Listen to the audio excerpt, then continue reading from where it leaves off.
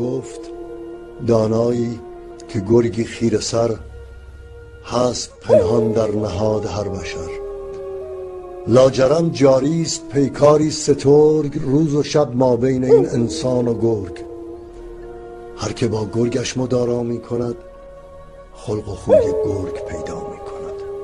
در جوانی جان گرگت را بگیر وای اگر این گرگ گردد با تو پیر. روز پیری گرچه باشی همچو شیر ناتوانی در مصاف گرگ پیر. مردمان گر یکدیگر را می درند گرگ هاشان رهنما و رهبرند. آن ستمکاران که با هم محرمند گرگ هاشان آشنایان همند.